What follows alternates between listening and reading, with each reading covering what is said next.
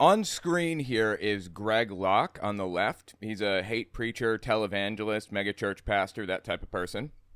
And Dean Odell, another pastor, but this guy's a flat earther. Now, Greg Locke decided to get into a debate with this guy over flat earth because, as it turns out, the flat earth theology, not ideology, not a general idea, but theology from the Bible, is taking root in Christian churches all over the place right now. Seriously. This is the Google Trends line that shows flat earth compared to Greg Locke.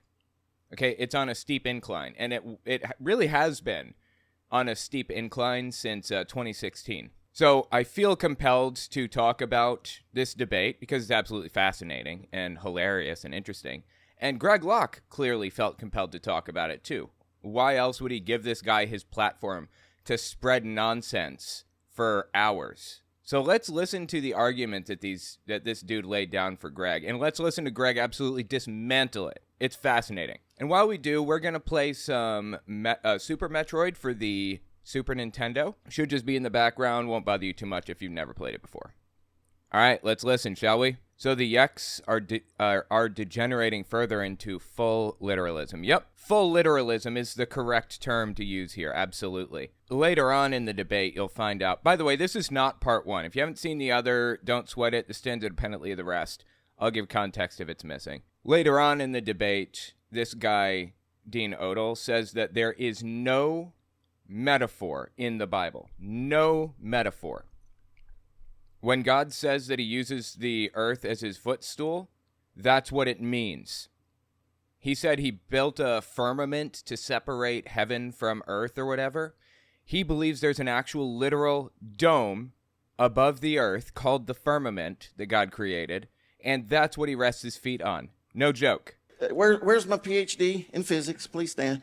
This dude found a PhD in physics, and he also found a pilot, an army pilot, a single guy to back up his ridiculous suppositions, and he uses the exceptions as the rules in this whole thing. He said there's one pilot in the army, I don't know, chopper pilot maybe, who says that when you fly an airplane, not a chopper, but an airplane, you're really nosing down every few feet so that you don't go off of the flat earth or whatever. Or you would have to nose down if you were on a curved earth or whatever. And he knows personally that the government is hiding the flat earth from everybody. It's just insane, man. Oh, by the way, the guy that got this PhD, I don't know what he got his PhD in. If it was one of the sciences, he should have his PhD revoked. It should be removed from him, stripped from him.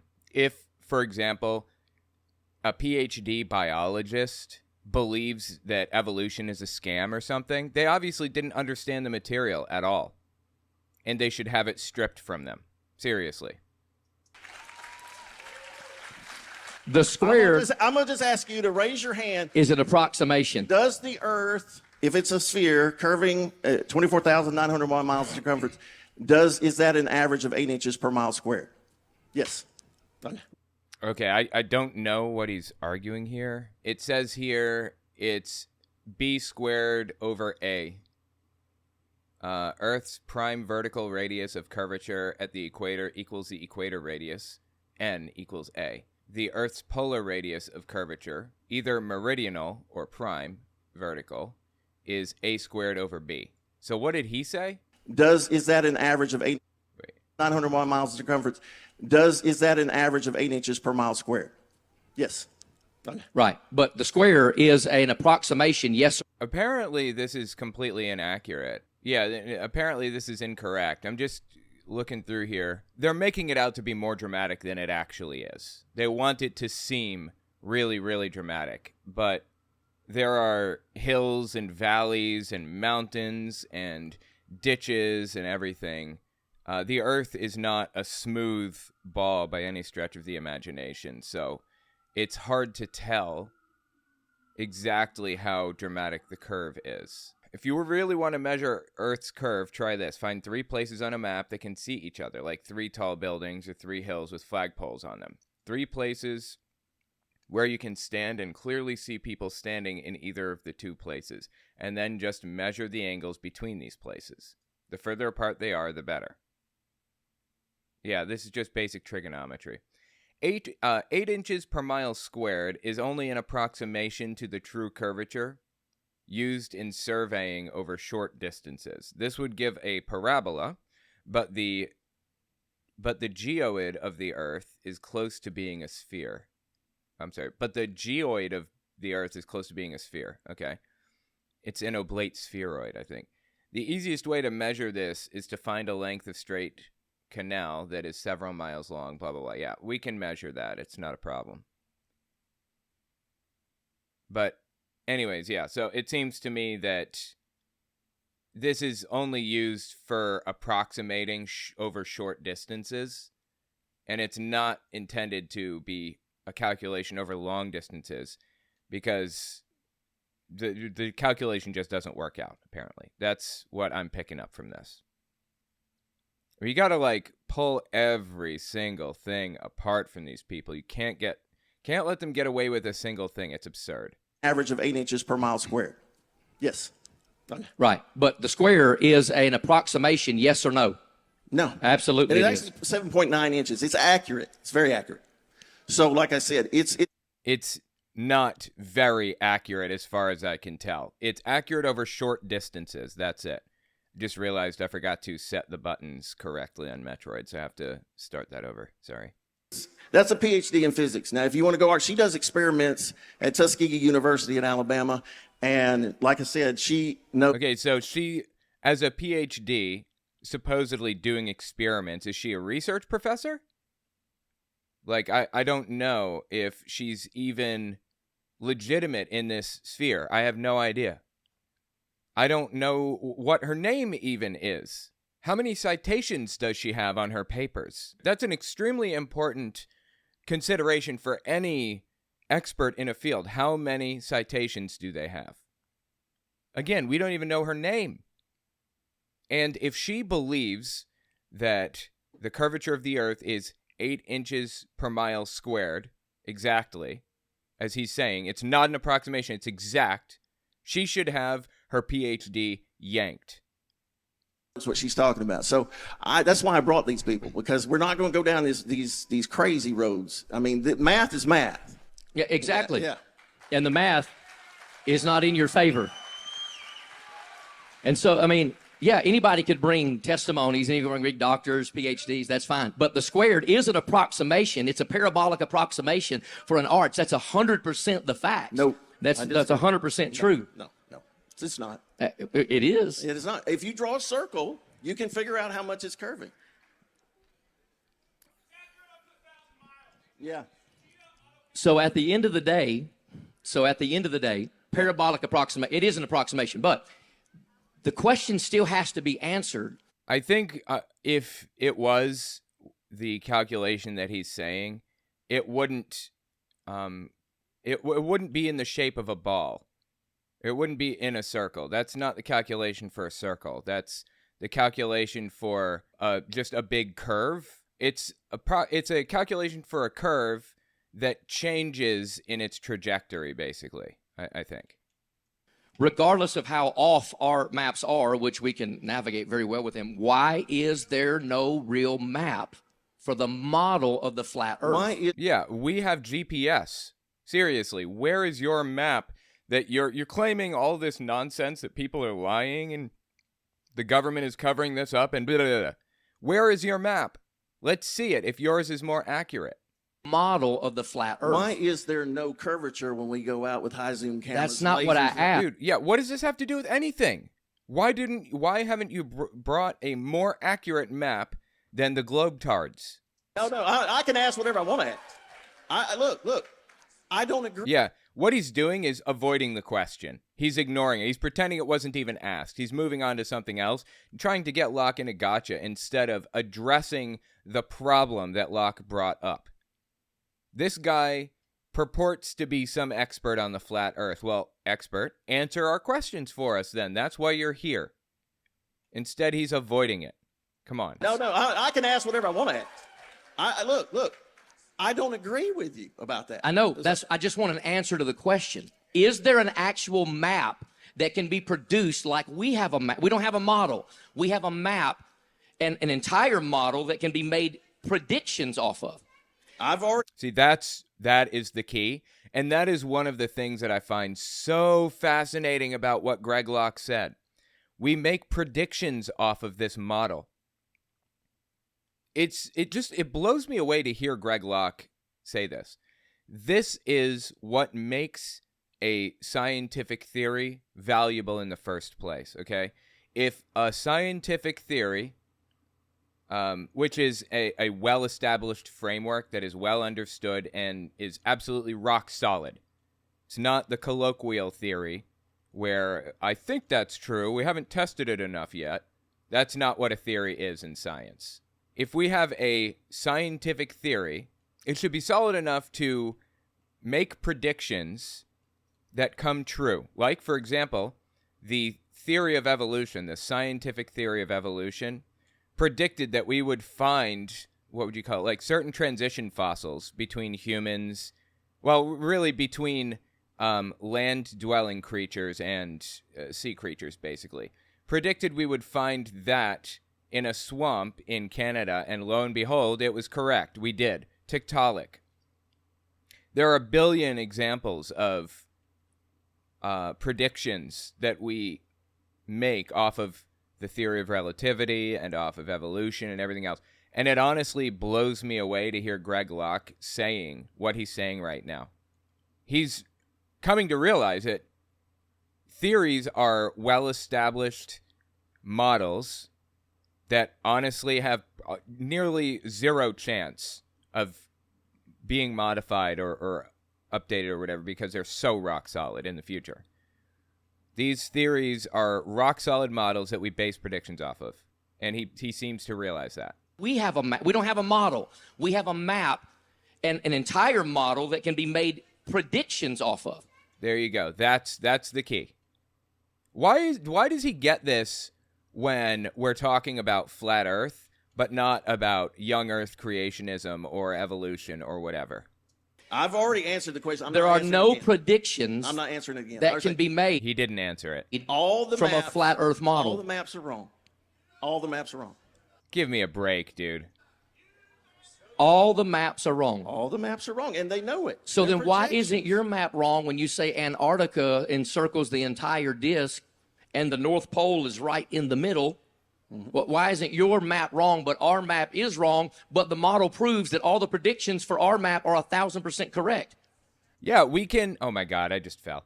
Yeah, we can, like, drive the distance. We can look at the map, see that it's 200 miles away to go to... whatever. Go from... God, I don't even know how far this is, but go from, like, Pennsylvania to New York City, for example.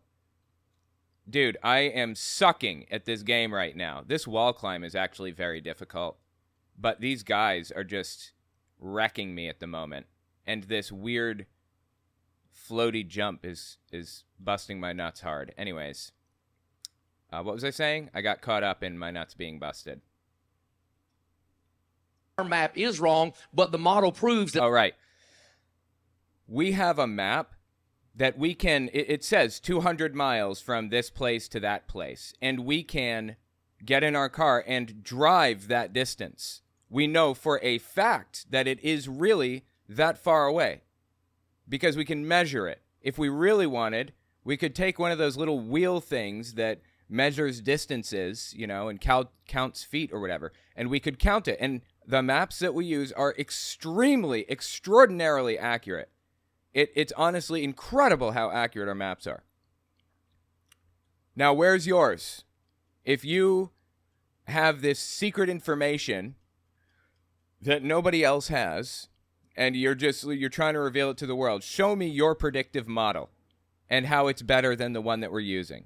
All the predictions for our map are 1,000% correct. They're not.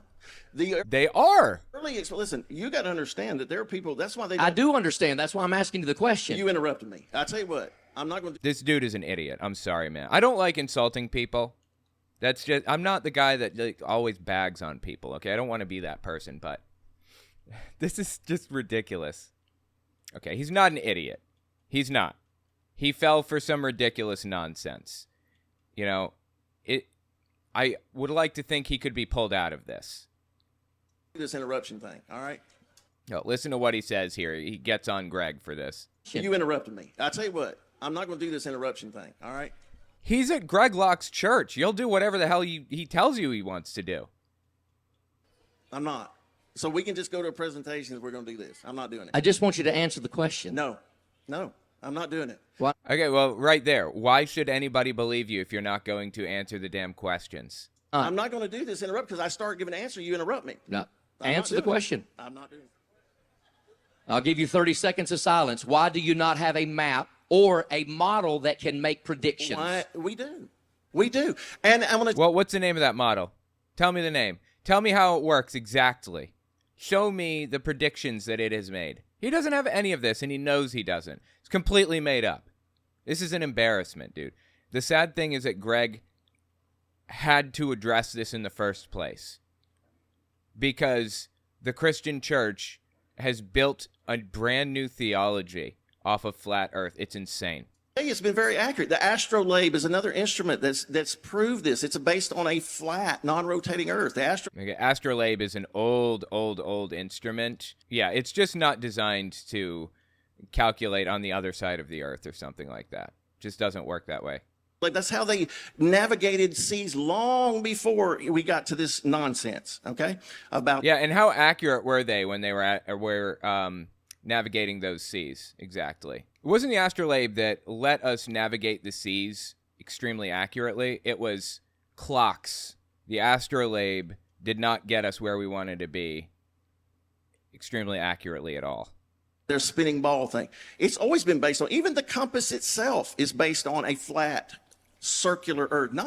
Wait. The compass is based on a flat, circular Earth? What is he talking about? It doesn't work. If you're down here, it's not pointing through the ball. It's not pointing through the ball. Well, it points to the magnetic pull wherever you are on Earth. And yeah, I mean, there are problems with that. It's not exactly north.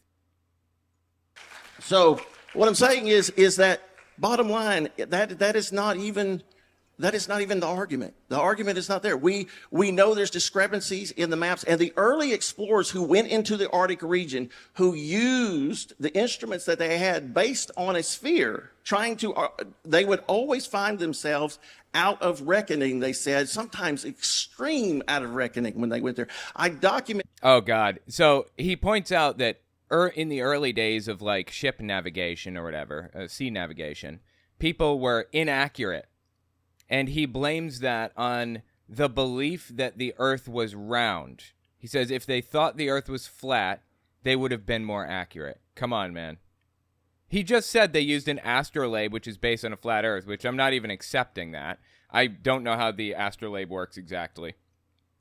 I'm just going with it for the sake of argument for the moment. I actually looked into the astrolabe recently. Out of curiosity, let's just look into the astrolabe real quick. It was apparently used primarily during the Greek and Persian empires, so 3,000 years ago, maybe?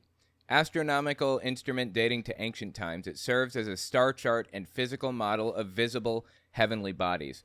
Its various functions also make it an elaborate inclinometer and an analog calculation device capable of working out several kinds of problems in astronomy. In its simplest form, it's a metal disc with a pattern of wires, cutouts, and perforations that allows a user to calculate astronomical positions precisely.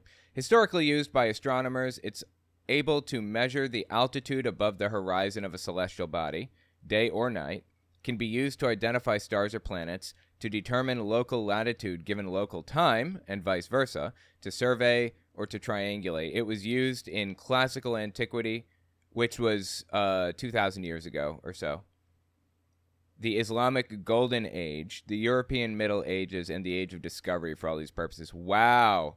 So basically all the way from, when did it start being used?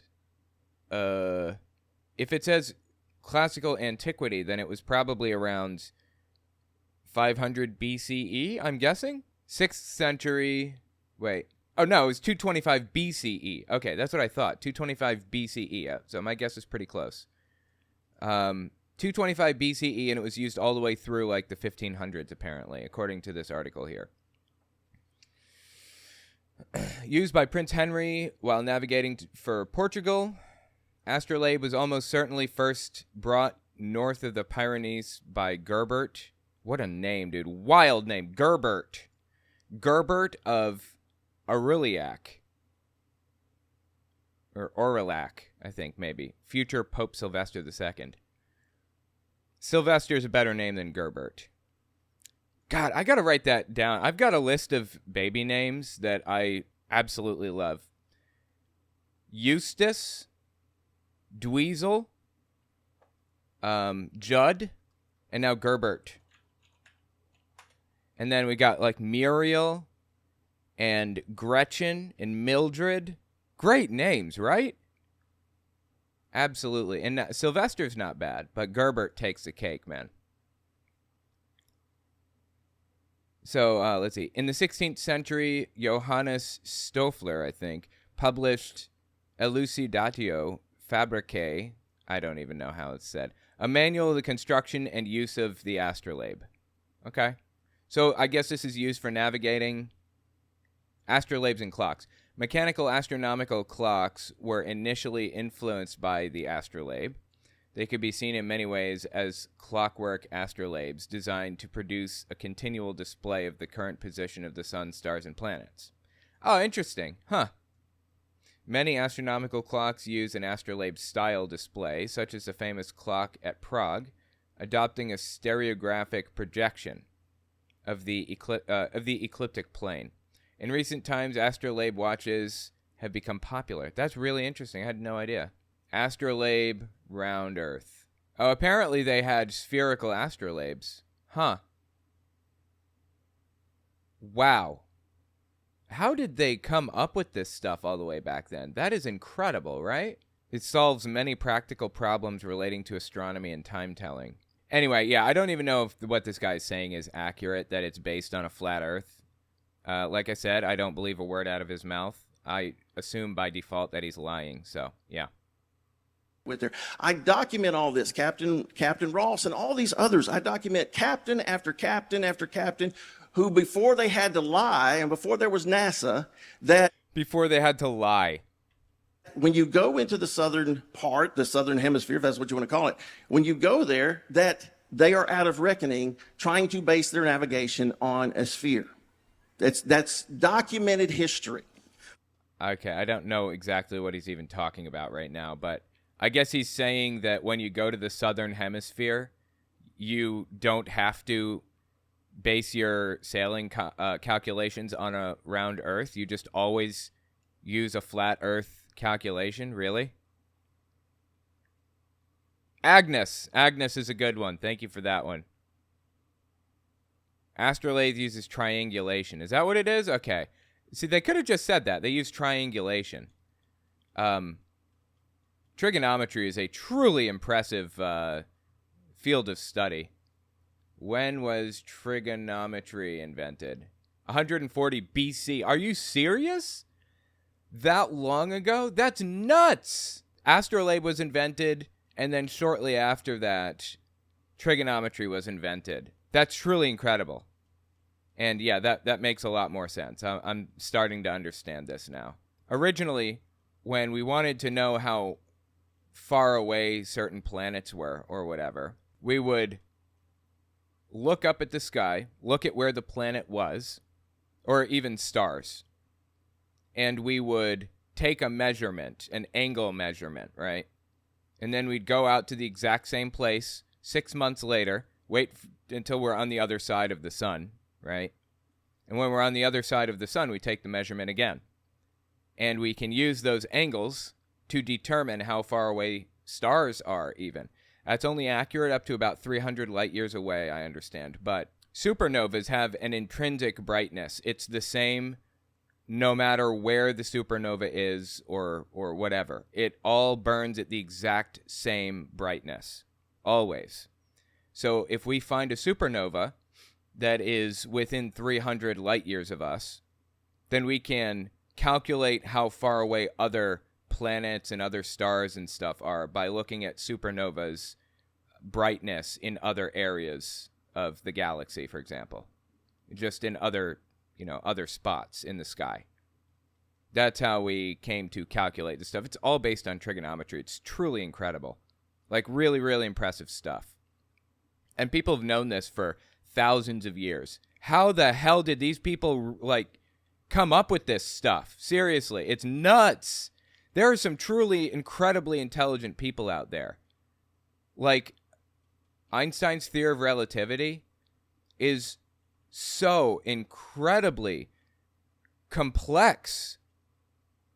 And he came up with that, seemingly out of nowhere. I mean, it wasn't out of nowhere. It was based on a whole bunch of other ideas that had already existed, but it did not exist yet. And when he came up with the theory of relativity, he was one of maybe 5 people in the world that could understand it at the time. My God, we truly are standing on the shoulders of giants, right? How do people, come up with this stuff? E equals mc squared. Where did he come up with that? I happen to know that he came up with E equals mc squared based off of a bunch of other calculations where E and the speed of light and matter were already variables in some of these calculations. But either way, Einstein was a genius. Newton was a genius, even though he was a religious nutcase. And whoever invented trigonometry was a genius, straight up. Well, I mean, you can make a dead man say anything, so it's easy to talk about what used to happen back then. We have more technology now than the world's ever imagined, and it's growing every day. So why can't you do those same things now? Why do you always have to talk about these people that used to try to do this? Did you know right now there's between 1 and 5,000 people on the continent of Antarctica? And people are like, well, NASA's there, and there's these, gunny penguins that are keeping people from getting it. It's this fantastical nonsense. Thank you. Oh, my God. I honestly could not believe that Greg Locke was against the flat Earth proposition. I truly thought that he was going to be, in favor of it. After everything that he says and does and believes, it's kind of absurd to me that this dude doesn't believe the flat Earth. But, boy, he's just cooking this guy. Where people have flown over it, taken pictures, people have all of these people have circumnavigated Antarctica. You can buy a cruise. You're hearing these people in the background, right? Yelling and jeering and stuff like that. Ticket. All right. You can buy people laughing at him. Cruise ticket and go to Antarctica. And here's what's interesting. In 2019, the flat Earth folks were going to take a cruise to Antarctica to prove their thoughts. Nothing ever came of it. Here, let me explain that to you. They don't like the Flat Earth Society, apparently. You can fly there today. No. You can, fly there and see the coastline. That's about all you can do. A little bit of the coastline. coastline. Absolutely not. Oh, yes.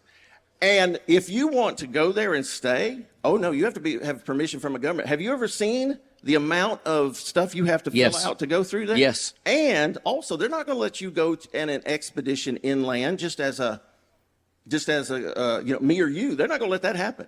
And here's another thing. If this would be easy to prove, but they'll let anybody do anything if you go through the proper paperwork and documentation and everything else. They hide this from us too. Who is they, by the way? They won't let you go inland. They hide this from us. Who is he talking about? All we'd have to prove is go to Antarctica. Let me and you go to Antarctica, spend a week there in the summer, and let's see if the sun does a 360-degree circle all the way around us. If so, it's a ball. But if the sun comes in this way and then leaves that way, then it's not. No, that's completely inaccurate. You would have to be at the exact top of the North Pole, the true north, not magnetic north. And that may be in an ocean or polar ice caps. I'm not even sure.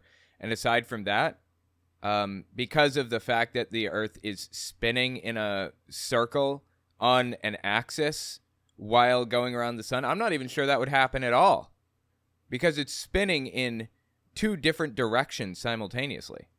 It is what we say it is. And No, he just doesn't understand, like, anything about this subject, seemingly. Or he's lying. Like, I don't know which it is. they have webcam videos, right? Who is they? Antarctica, and there'll be a flagpole sitting there. And so if the sun's coming in this way, you should have a shadow here, and then it comes in, and it should be here, and then it comes over here, and then it should just be back here. What they do is they never let you see 24 hours a day. They never let you. They cut the tape, they edit it, and they're doctoring footage. They're editing footage, right? It can't just be that maybe it's like entirely too cold to run a camera that long or something. It has to be some big grand conspiracy where people are sitting in a room with editing software every single day, every day, and modifying this footage just to trick the flat earthers. Really? Come on, man. Jaron of Jaronism actually... Oh, God, Jaronism is a YouTube channel. It's absolutely ridiculous. They cut the tape, they edit it, and Jaron of Jaronism actually has emails from them asking, why are you cutting the video? And they give him these stupid explanations like, oh, well, it's too cold. We can't run it for 24 hours. We can run it for 16 to 18 hours. We can't run it for 24 hours. So all the footage is doctored. Is that what you're saying? And they admit it's doctored. So then why can't Who admits it's doctored? Who is they? Seriously. we go and just see it for ourselves? Well, let's just see if they'll let us. Oh, they will let us. I've already checked into it. Uh-oh. They'll absolutely let us. Let's go. They will absolutely let us. Oh, just wait. Greg has something up his sleeve. And not only will they absolutely let us, I've got a cattle rancher in Texas that will pay for the entire trip. Let's do it. We'll fly right to Antarctica. That's not the only thing the cattle rancher agreed to pay for. You'll find out later in the debate. There's I won't bury the lead. There's a company called Worldview that puts you in a balloon in a capsule and takes you 100,000 feet in the air, which is not quite. It's like the stratosphere. I don't think it's quite space yet, but it's getting damn close to space. And you will be able to see the curvature at that point. I mean, planes fly at like 30,000 feet. Mount Everest is 27,000 feet. And you can kind of see the curvature. Wow, I didn't know this was here. This little area here. Interesting. You can kind of see the curvature at 30,000 feet if you get a piece of paper, something straight, and look. So you could definitely see it at 100,000. And Greg Locke got this cattle rancher to agree to pay for this trip $50,000 per person for Locke and one other person to go up to, see the curvature of the earth in this balloon. Seriously. I'm telling you, Greg Locke cooked this guy in this debate, and it was the best. I loved everything about it. 1 week inland. They're going to let us stay 1 week inland. Oh, absolutely. There's people inland right now. Well, yeah, they all work for different governments of the world. They're different government agents, and they doctor footage, and they lie, and they edit stuff, right? So... Nah, you can't. You don't get to use the governments of the world. There's a lot of people. Treaty, man. Antarctica Treaty. Read it. You know what? I did every line of it, and none of it has anything to do with militarization of the area. It even says peaceful expedition. There are people that live in Antarctica right now. One guy tried to go there by himself, and he was seized and arrested and put in jail. All right? So don't tell me that. You can't just So you expect me to change my entire theology over one man that got turned away? And also, did he fill out the paperwork? I doubt it. If you fill out the paperwork and apply for this and that and whatever, you can go there. Go ahead. I'll tell you what. That's crazy train. Why don't you try? Oh, I will. Go there by yourself. Absolutely. All right. Wow. No. You agreed to go with me. Without government approval. You agreed to go with me. Oh, I love it, dude.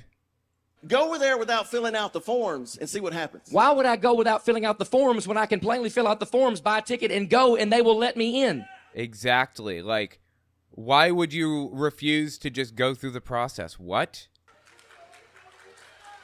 All I say is don't talk about it until it's done. You hadn't proved a thing. It's been done. No. Over and over and over. Look. And the fascinating thing is that by the end of this debate, this guy throws a microphone at Greg Locke and refuses to, like, talk to him anymore, tries to hold a competing church service and blah, blah, blah. Conveniently finds a reason to hate Greg Locke, even though Greg was being overly nice and generous and good faith in this whole thing. Despite that fact, this guy was still being a D-bag and still threw a wrench into it, even though Greg was basically giving the guy, oh God, how $100,000, 50 grand to go in the worldview capsule, 50 grand probably to go to Antarctica, I would guess. Locke was giving this guy free money and affirmation of his beliefs, his existing beliefs. This guy should be, like, kissing the ground where he walks, right? Like, I don't understand. Oh my God. I don't understand where, like, why this guy is so dead set on starting shit with Greg and refusing to work with him and blah, blah, blah. It makes no sense to me. Dude, Craig is, like, not an easy boss unless you do the quick kill technique, which I'm not very good at yet. I'll get there. Anyway, all right, let's keep listening. I might have to pause while I beat Craig. And being done right now. If you hadn't been there, then you're just taking the word of people. You hadn't been there. Just like you taking the word of people about space. You hadn't been to space, so you don't know it's real. You just have faith in people that are telling you a story. Convenient excuse. You haven't been there, so you don't know. Well, there are other ways to know this stuff.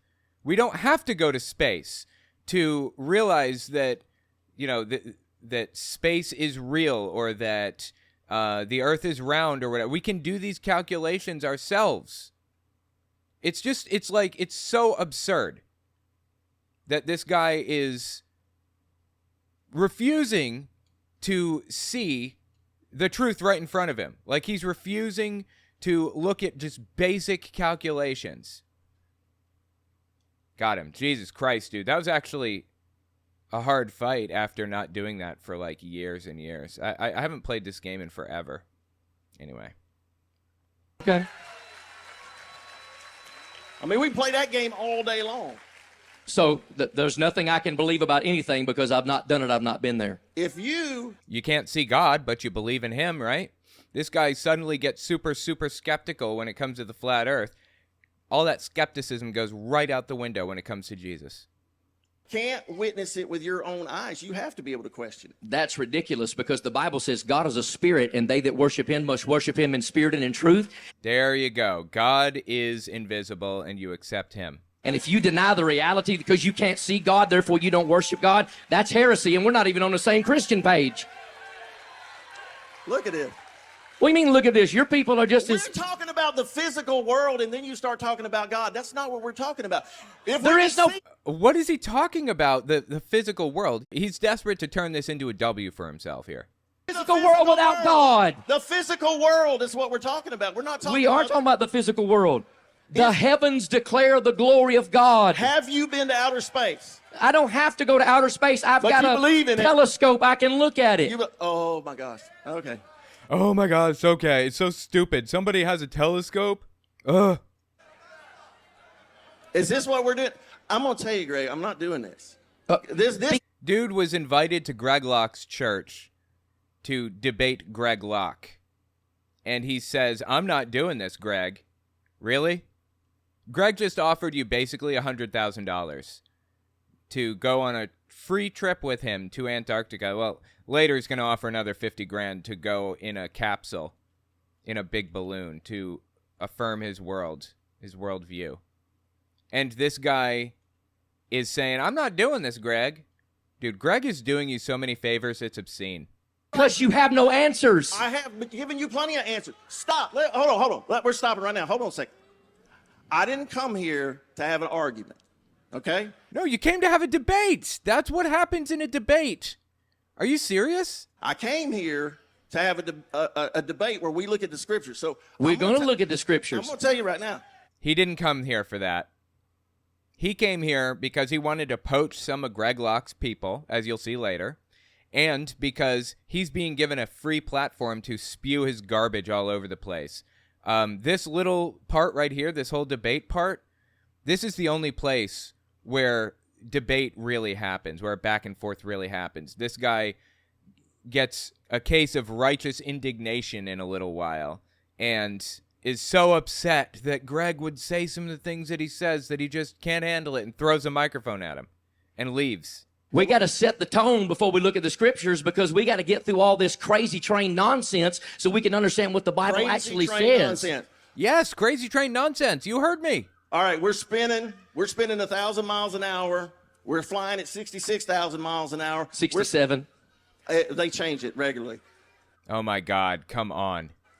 500,000 miles. You know, I hear the exact same thing. They change it regularly, 66,000 miles an hour. I hear that all the time from from young Earth creationists about the age of the Earth. They claim that the Earth is 6,000 years old. And when it's pointed out that it's 4.54 billion years old, they say they change that regularly. Kent Hovind does the same thing. He says, oh, it started out as 10,000, and then it was 20,000, and then 100,000, and before you know it, will be at 100 billion. They do this exact thing. They want to create doubt. They want to sow doubt in the numbers, even though we're getting more accurate. Yeah, the number changes. It goes up because we discover more information that makes it more accurate. That number is never going down to 10,000. We know it is a minimum of 4.54 billion years. We know that it's not going backwards. It's not getting, younger, for the same reason that we know roughly how old a shipwreck is.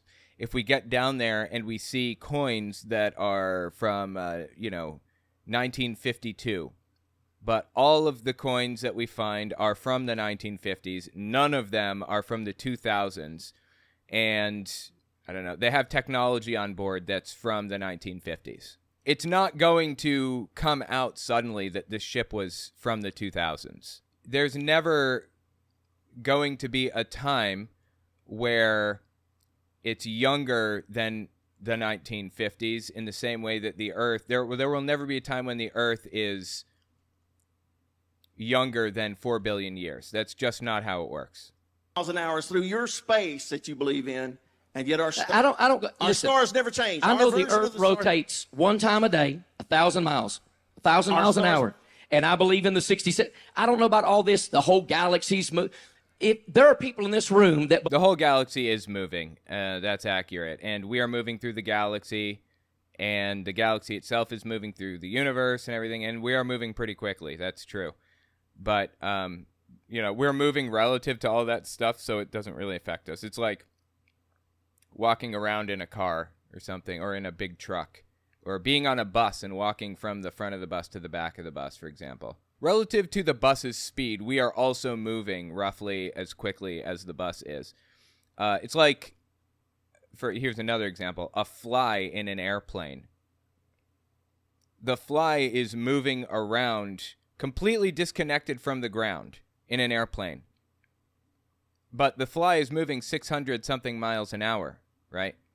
Why is the fly not affected by the movement of the plane, by the speed of the plane? Because it's in an environment that is moving with the airplane. Believe the Earth is stationary, but want to convince me of upward acceleration instead of gravity.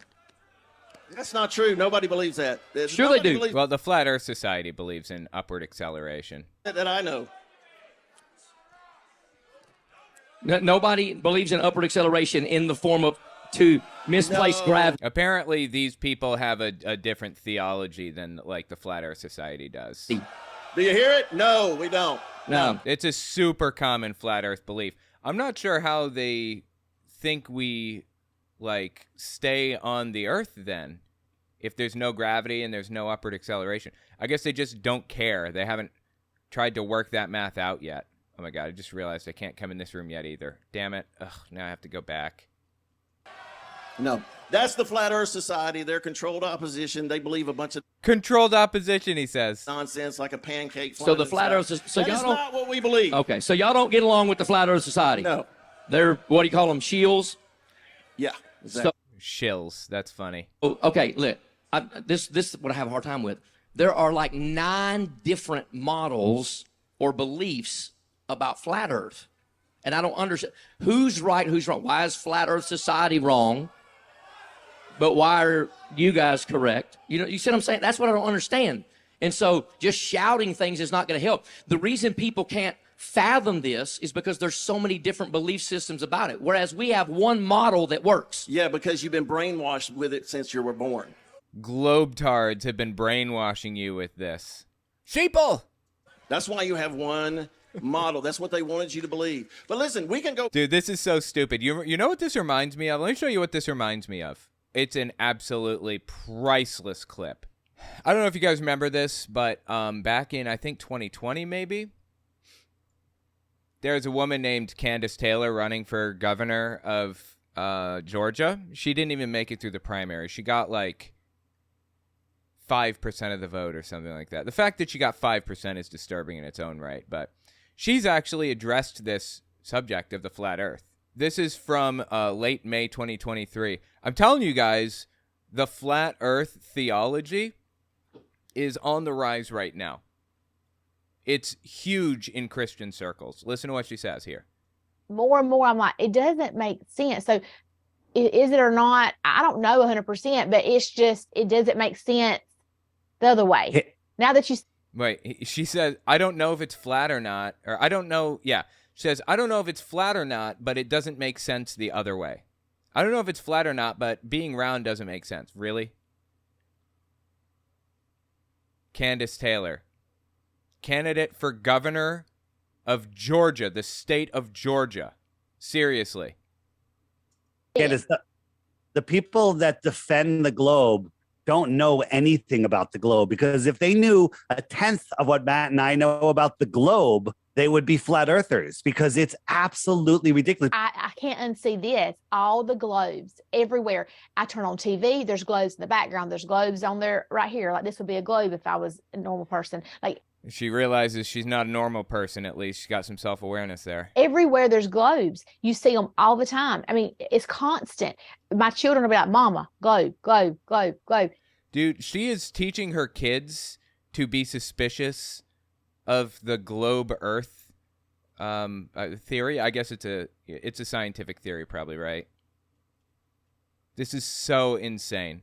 They're everywhere. And that's what they do to brainwash. And so for me, if it is not a conspiracy, if it is, real, why are you pushing so hard? Everywhere I go, every store, you buy a globe. There's globes everywhere. Every movie, every TV show, news media. Why? Why? More and more. Why? Tell me why. News media, globes everywhere. Why? She is a ridiculous human being. I don't even know what to do with this, honestly.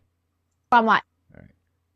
So I'm telling you, man, this is surfing its way through Christian culture right now. It's crazy. Because you've been brainwashed with it since you were born. That's why you have one model. That's what they wanted you to believe. But listen, we can go back. We can go back to the scientists who believed, the people that y'all look to for this, that created this. I don't look to any of them. Copernicus and all them. Look, we don't need to look to any of them. We can look at the calculations that they used to arrive at their conclusions. That's all we have to do. Take a stick, put it in Rome, and put one in Jerusalem, and measure them exactly 48 hours apart from each other. Measure the shadows. And use those angles to calculate the diameter of the Earth. That's all you have to do. I don't care about Copernicus. I don't care about Galileo or any of it. By the way, this guy is a geocentrist also. He's not just a flat earther. He thinks the Earth is stationary and that the sun revolves around it. Really. So Galileo comes into play here too. They were thinking the sun was 3 million miles away. Then it was 12 million miles away. Now it's 93 million miles away. So don't tell me about you guys have been working on this. That's because there's technological advancements across. I love it, dude. Yes, absolutely. Greg is he's killing it. He's knocking it out of the park right now. He's cooking this dude. He knows what he's talking about. There are technological advancements. And I love that Greg Locke recognizes that for the flat Earth, but not for the young Earth. Not for, say, the moon landing. Greg Locke is a moon landing denier, too. Get help, people. Why is it that Greg recognizes the technological advancements change our understanding of, like, the age of the Earth, or I'm sorry, change our understanding of the distance from the sun or the speed that we're moving or whatever, but he refuses to accept technological advancements change the age of the Earth, too, or our understanding of the age of the Earth. Why? Why, as Candace Taylor would say, why? Jesus, man. But again, it's been changing all the time, and I don't believe the sun's 93 million miles away at all. I understand that. In fact, there's evidence to prove that it's not. No, there is not. God, this dude. So what I'm getting at is we can do, like I said, we can do this little argument right here all day long, but I didn't come to argue like this. No, he came to propagandize to everybody. He doesn't want to argue. He doesn't even want to discuss this with Locke, but this is a necessary part of the process to give Greg Locke the perception that he's open to having his mind changed, or he's open to having this conversation. He's not. He is open to propagandizing, plain and simple. I mean, maybe you want to make a show out of it, but I'm not here to argue like... I just want to answer the questions that I don't have the answers to, that I'm trying to figure out. Well, They're very simple questions. Very. No. You're not going to play. Look, here's what you're doing. You're playing this little game here with me. He's not playing any game. He's asking for... Oh, dude, I keep falling off these things. It's driving me nuts. Why do I suck so much at jumping off of these things? He's not playing a game. There are no games being played here, okay? He's simply asking basic, straightforward questions that this guy should be able to answer. You don't have an answer. You don't have an answer. Because I'm not a flat earther. Hold on. I'm talking about your model. You do not have an answer as to why we've been flying through this ever-expanding universe. Dude, I swear to God, I suck at jumping around on single tile jumps. At 500 million. I do have an answer. Hold on. And the stars never change in our view, ever. That's not true. That is true. It's not true. Stars do change, proportional to how far away they are. This guy just doesn't seem to understand exactly how far away we are from everything. Like, how far away the stars are, or... Oh my God, I just went straight through that tile. That is just BS. He doesn't understand, like, deep space or deep time or how far away they are. Understandable. It's hard for the human mind to conceptualize, really. Honestly, I would venture as far as to say it's impossible for the human mind to conceptualize just how far away even 4 light years is. It's a distance that normal brains cannot conceptualize. Even 4 million years is such a long amount of time, it's hard to conceptualize. Frankenstein, according to flat earthers, Shakespeare had to be one of the global liars. After all, his theater was the Globe Theater. Oh yeah, everybody's a liar. Everyone's lying, everyone's tricking everybody else. It's a big conspiracy that's existed for thousands of years now, and the elites for thousands of years, you know, the ones that drink the blood of children and stuff, those are the ones that are trying to convince you that it's round. Absolutely. Get help, people, really. That is true, because I've been looking at it for a long time. It is true. Well, go to the southern hemisphere. Sorry, let me step back. Oh, so he was saying the stars. The stars don't change. And he says, I've been looking at it a long time. Okay, have you been looking at it for 10,000 years? I mean, we actually do have calculations and stuff of where stars were like 2,000 years ago. You know, that's how Babylonians basically put timestamps on their stuff. Babylonians kept absolutely impeccable records. So we can actually tell pretty well, you know, what difference there was between the stars now and the stars then. Looking at it for a long time. It is true. Well, go to the southern hemisphere and look at the same ones. Yeah, I've looked at it. I know. He's looked at the North Star in the southern hemisphere? Is that what he's saying? This is not a serious person. I mean, he believes what he's saying, but it's nonsense. I've been looking at it for a long time. It is true. Well, go to the southern hemisphere and look at the same ones. Yeah, I've looked at it. I know. You've been to the southern hemisphere? Yes, I have. And you've looked up? Can you see Polaris from the southern hemisphere? Sometimes you can. It depends. No, you can't. You are a joke. You never can. No. You never can. To a certain degree south, you can. But here's the... To a certain degree south, you can. Okay, well, why can't you see it all the way south if the Earth is flat? You're supposed to be able to see it all the way down. thing. In our model, the biblical model, I believe, and we believe, that both the sun and the moon are much smaller and much lower and closer to the earth, as well as the stars. Same size. We believe they're the same size, and we don't believe the stars. The earth is the same size as the sun, he says.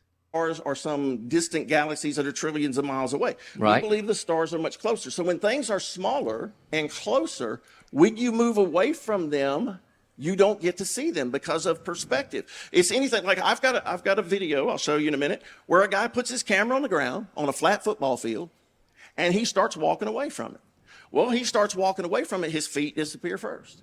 And then he gets up to his knees and then up to his waist. And then by the time he's at the end of the football field, he can squat down, you can't see him. He hadn't left the flat football field. Right? He's going to show that video in a minute, and I will address it when the time comes. But suffice to say, he's leaving information out. I don't know if that's intentional or if he's just dumb as dog shit. I'm not sure. One of the two, certainly. But, yeah. It's a matter of perspective. And so what happens is, like the sun It's not a matter of perspective. doesn't go down. It doesn't go around a curve. It just simply gets too far away for us to see because it's lower and smaller and it gets further away. And it's actually what the Bible says. The Bible doesn't say, the King James will say the sun goes up and down. If you look the word up, it's bow in the Hebrew, and it means just to come in and go out. That's all it means. Like to walk in, it says like to walk. Okay, just because I guess he's picking the King James right now, just because the King James version of the Bible uses a specific word in English does not mean that it is affirming something. Just because it doesn't specifically use round earth or whatever, it doesn't mean it's affirming a flat earth. In the front door and walk out the back door. It's not talking about going over a curve. And you know what? First of all, I just want to put this out there. The Bible does not endorse the idea that the earth is flat. The people of the time who wrote the Bible did not believe in a flat earth. They did not. This had been proven like long before the Bible was even written. And I say that with confidence because the Bible is set 1,000 or even 2,000 BCE, I think in some cases, but it wasn't written then. It was written 600 BCE for pretty much all of the books. So, yeah, it's just complete nonsense, like all of it. Again, that's what I'm talking about. Our model, and that's what we get at. I'm not, you try to take your model and apply stuff to it to ours. They're completely different. Oh, they're way different. There's no doubt about that. There's no doubt. Different. And I'm not trying to amalgamate the two. There is no amalgamation in them, okay? Why is he using the word amalgamate? Can't he just say mix together? I'm not trying to mix the two. There's no mixture between them. There's no way I can believe that the sun and moon are the same size and they're, 32 miles wide? Is that something like that? Like 3,000 miles? That's insane. Why can't I go out in the middle of the night and get a telescope and find the sun? You can't, because every instrument, I don't care what we have. I don't care if it's the most powerful instrument you got. It has a limit to its vision. I have most of... The sun is moving further away at night, is what he's saying. And it's so far away that you can't see it. Are you serious? This dude really is a joke.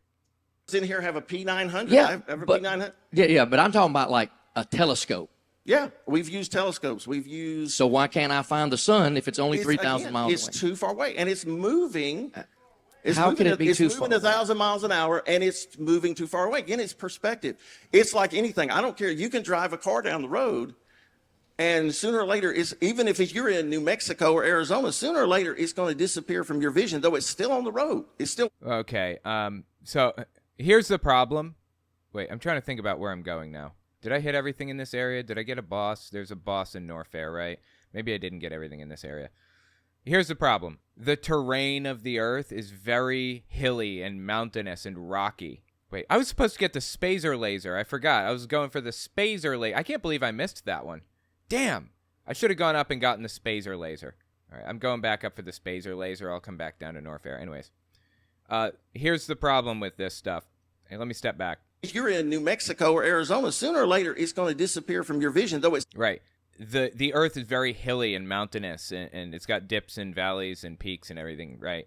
The best way to see something in a kind of as level as humanly possible would be to look at the ocean. The ocean isn't perfectly level, but it's a little bit easier to see the curve eventually. Now, boats will disappear bottom first after a while, and it's not even that far. In fact, it's accurate to the calculations that we've made based on like how far, what the curvature is, how far away the stuff is, and everything. Damn, I can't believe I forgot to get the Spazer laser. still on the road. It's still going. And then you can take a high zoom camera and you can pull it back in and catch it again. Inaccurate. You can do that in certain cases. Oh my God, really? Why would they put the hole there? Come on, man. You can do that in certain cases. For example, I forget where it was exactly. Maybe Chicago. You could see across the entire lake or something because there's this effect where it reflects an image off of the ocean or something like that. And you can see like way, way, way further than you're supposed to because of the reflection. I forget exactly what caused it. There's an effect that lets you see like 60 miles away in certain cases, like if there's an ocean nearby, for example. That does not mean the Earth is flat. And that's the effect this guy's going to use in a little while. He uses a camera to like zoom way, way in and show an image of something that's like a couple miles away and use that as like proof or whatever that he was correct all along. It's just nonsense, all of it. And eventually, as it keeps going, it's going to get out of the range of that high zoom camera or telescope. They're not, every telescope and every camera, no matter how powerful its optical abilities, it still has a limit to it. So it runs out. And so right, so the sun is so bright that you can't even look at it. It will cause eye damage if you look at it. But that thing can get far enough away that it's really, really tiny. Totally. That checks out. Absolutely. This is insane. Like, his beliefs are not even mutually consistent with each other. Anyway, that's Dean Odell. That is Greg Locke. That is, at least this part of their debate, absolutely insane. Tell me what you think about it in the comments.